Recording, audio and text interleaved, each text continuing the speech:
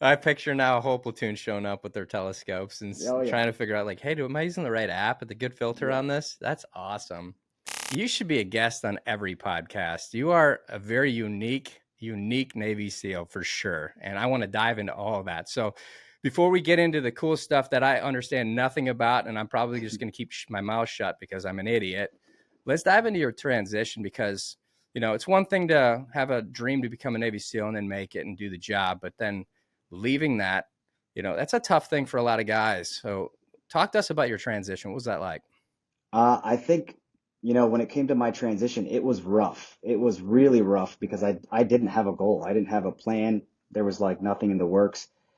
I failed to establish what I like to call sort of bridges of relevancy to the outside world. When you're in a platoon, you're kind of in this hyper encapsulated place, and you don't have that many connections to the outside world. It's usually like the bar scene or the club, drinking and alcohol and partying, that kind of stuff.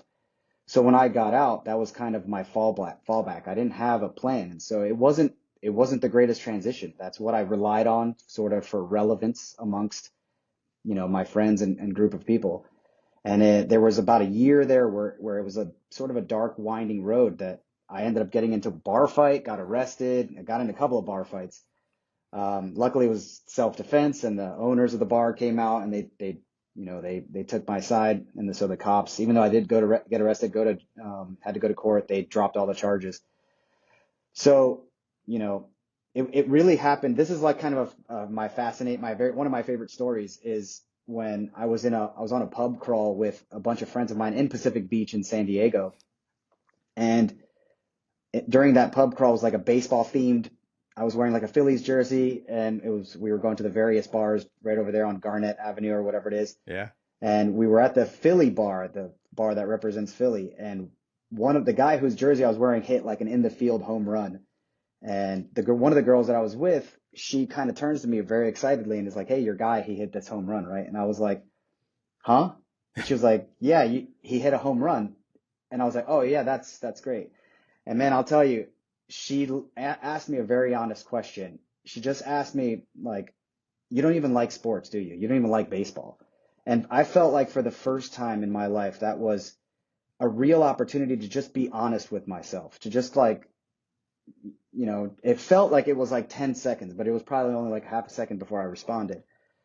And I looked at her and I said, no. I said, I just don't care about sports. I don't care about stats. I don't care. I don't follow this stuff. It's just not, it doesn't capture me in any way. And in that moment, it felt like, it felt like I had been sort of burdening myself with what others really concern themselves with. I wanted so much to be relevant among this specific group of people that I burdened myself. And the imagery that I usually explain this with is that I felt like I was carrying these various heavy shields, and on the opposite side of those shields were mirrors in which I really wanted you to see reflections of traits of yourself. That way you could sort of invite me out and always think about me when I'm not around, and that was really important to me. But in that moment, I felt like I just kind of smashed this one shield, this one mirror, and then it became this watershed moment in my life where I was like, why am I burdening myself with what other people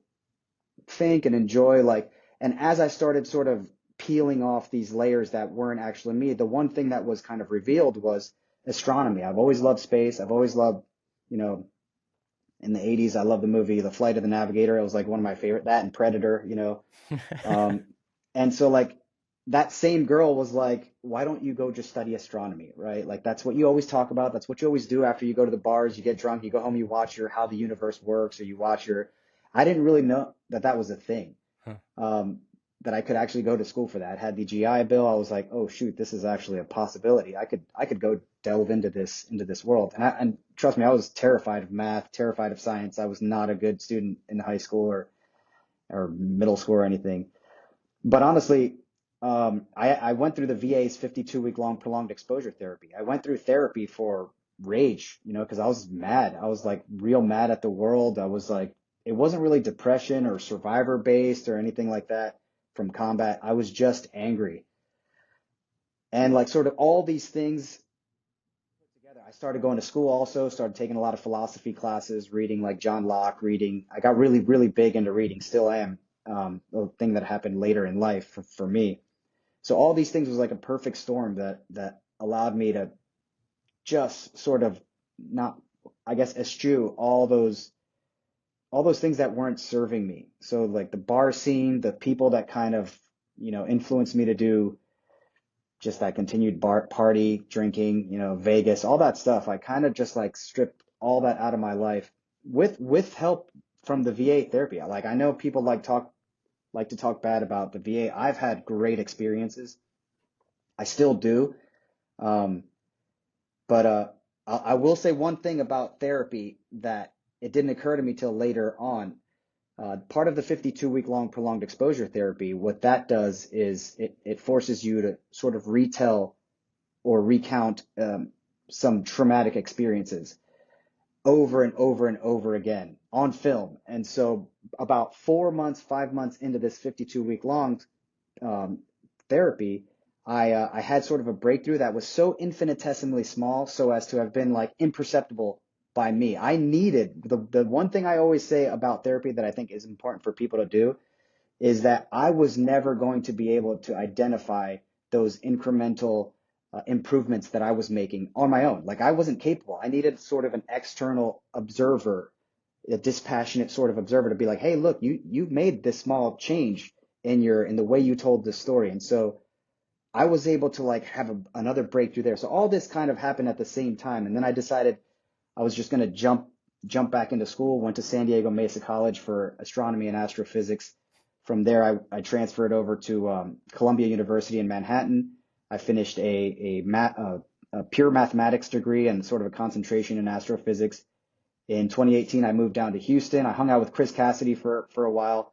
He ended up hooking me up with a job at NASA where I was helping the astronauts train for spacewalks. I did that for 2.5 years, and then I went to graduate school here for systems engineering because I wanted to get deeper into, the building aspect and exploration.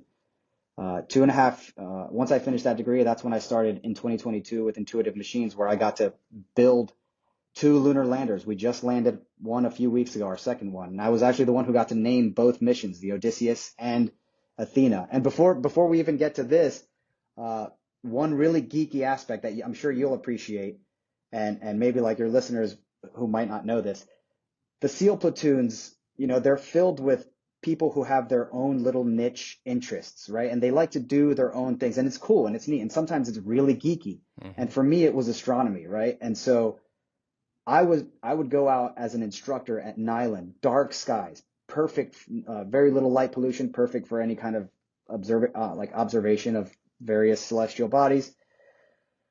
I would take my telescope out there and kind of geek out with those dark skies. I'd take my nods out there, my night vision. I'd take astrophotography, astrophotos, all these cool things, and I'd get made fun of, rightfully so, by guys, by other team guys.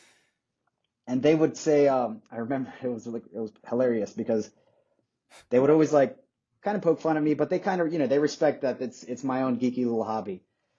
One day I remember them asking, well, what is it that you do with this? What are you doing with all these photos? What are you doing with astrophotography? And I'm like, well, what do you think? What do you think the girls I send these photos to, what do you think their reaction is when I'm talking about like celestial bodies and planets and here's like the moon phases and all this stuff? They love this. Once I drop that, every single team guy is like, you got to send me all these pictures. You got to send me this. I'm like, yeah, that's not happening, man. I'm sorry. You just made fun of me? I don't think so. I picture now a whole platoon showing up with their telescopes and Oh, trying yeah. to figure out like, hey, am I using the right app with the good filter Yeah. on this? That's awesome. Presented by Transcend, the best peptide and hormone therapy.